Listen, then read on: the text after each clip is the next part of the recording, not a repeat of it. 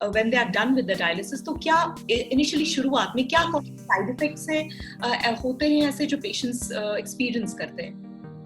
तो शुरू में जब भी कोई एक नई लाइफ की बिगनिंग होती है, कुछ ना कुछ एडजस्टमेंट प्रॉब्लम जरूर होती है। डायलिसिस की देखिए कॉम्प्लिकेशंस छोटी मोटी थोड़ी बहुत ही जरूर होती हैं, कोई भी प्रोसीजर ऐसा नहीं बना। अगर हम एक पैरासिटामोल भी ले लेते हैं तो आप कहते हैं कि खूब पसीना आता है, तो भी तो एक साइड इफेक्ट है। कोई दवाई ऐसी बनी नहीं है जो कि बिल्कुल इनॉक्यूअस हो। कोई भी दवाई को गलत तरीके से इस्तेमाल किया जाए तो पॉइजन बन जाती है। डायलिसिस की कुछ फ्लॉज हैं, बट अगर मैं ये आपको कहूँ उसके 50 एडवांटेज हैं और 2 साइड इफेक्ट्स हैं, तो ऑब्वियसली हम उन साइड इफेक्ट्स की तरफ देखते तक नहीं। अगर आपके पास आगे अगर आप चल रहे हो और अब खाई नजर आ रही है, तो ऑब्वियसली आपको राइट मुड़ना है या लेफ्ट मुड़ना है।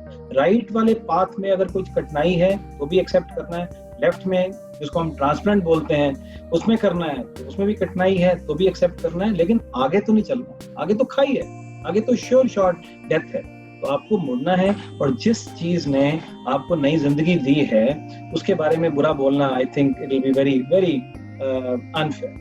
That's why. तो क्या क्या साइड इफेक्ट्स हैं जब हम शुरू में डायलिसिस करते हैं? अचानक अगर हम यूरिया किसी का बहुत हाई वैल्यू से कम कर देते हैं तो माइंड उसको अच्छे से टॉलरेट नहीं कर पाता है। इसको हम बोलते हैं डायलिसिस डिसइक्विलिब्रियम। ये आजकल ये समस्या कम आ रही है बिकॉज आजकल more and more people going for timely dialysis. वो इतना बहुत ज्यादा यूरिया को बढ़ने नहीं देते हैं, उससे पहले टाइमली डायलिसिस अगर शुरू हो जाता है तो ये डायलिसिस डिसइक्विलिब्रियम नहीं होता है, लेकिन फिर भी कभी होता है। सारे पेशेंट इतने कंप्लायंट नहीं है। दूसरी बात, डायलिसिस में ब्लड प्रेशर की फ्लक्चुएशंस हो सकती हैं, नीचे भी जा सकता है ऊपर भी जा सकता है। कुछ खुजली ले लीजिए, कुछ कॉम्प्लिकेशंस, कुछ लॉन्ग टर्म कॉम्प्लिकेशंस होती हैं, कुछ टॉक्सिन्स डायलिसिस के जरिए नहीं निकल सकते। खास करके मैंने बोला था जो मिडल मॉलिक्यूल्स हैं, जो बड़े बड़े टॉक्सिन्स हैं वो नहीं निकल पाते, वो हड्डियों को नुकसान कर सकते हैं, वो हमारे और हार्ट में डेपोजिशन हो जाती है कैल्शियम की, फास्फोरस की। तो हमारे जो डायलिसिस पेशेंट्स हैं, किडनी से तो हमने बचा लिया इनको डायलिसिस के जरिए, लेकिन हार्ट कॉम्प्लिकेशन बड़ी कॉमन है हमारे पेशेंट्स में। तो we lose a lot of our patients to heart disease. जितनी जितनी प्रॉब्लम बढ़ती है उनकी हार्ट की उतनी बीमारियां भी बढ़ जाती हैं। तो काफी कॉमन है कि हमारे पेशेंट्स को हार्ट की बीमारी ले जाती है। इन्फेक्शन, हमारे कंट्री में इन्फेक्शन भी एक बहुत मुख्य कारण है हमारे पेशेंट्स को प्रॉब्लम में होने का। लेकिन सबसे ज्यादा प्रॉब्लम है जो कई बार हमारी सेल्फ क्रिएटेड होती है। मैंने आपको शुरू में एग्जांपल दिया था कि हमें बोला गया था कि आप जाइए धरती में, एंजॉय करिए, और साथ में बोला गया था कि 3 बारी खाना खाइए।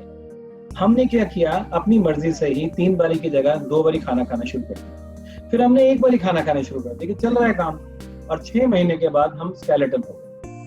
सेम हमने डायलिसिस के लिए बोला कि सप्ताह में 3 बारी डायलिसिस करवाइए। आपने 3 बारी नहीं, आपने 3 हफ्ते में 1 करवाया, या 2 हफ्ते में 1 करवाया, या हफ्ते में 1 करवाया। तो इनएडिक्वेट डायलिसिस करवाया और 6 महीने में आप कमजोर हो गए।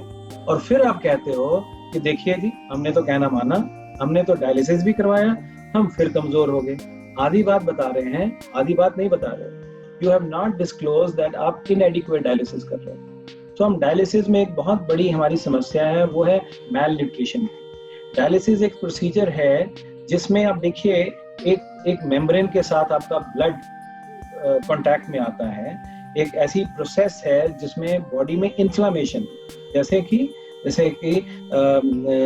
कई ऐसे पदार्थ बॉडी में रिलीज होते हैं जो टिश्यूज को इन्फ्लेम कर देते हैं, और इनकी वजह से ही हार्ट की प्रॉब्लम होती है, इन्हीं की वजह से ही मैल न्यूट्रिशन हो जाती है और ये इंसान कमजोर हो जाता है। तो हमारा एक बहुत बड़ा फर्ज होता है इन पेशेंट्स की न्यूट्रिशन को एड्रेस करना।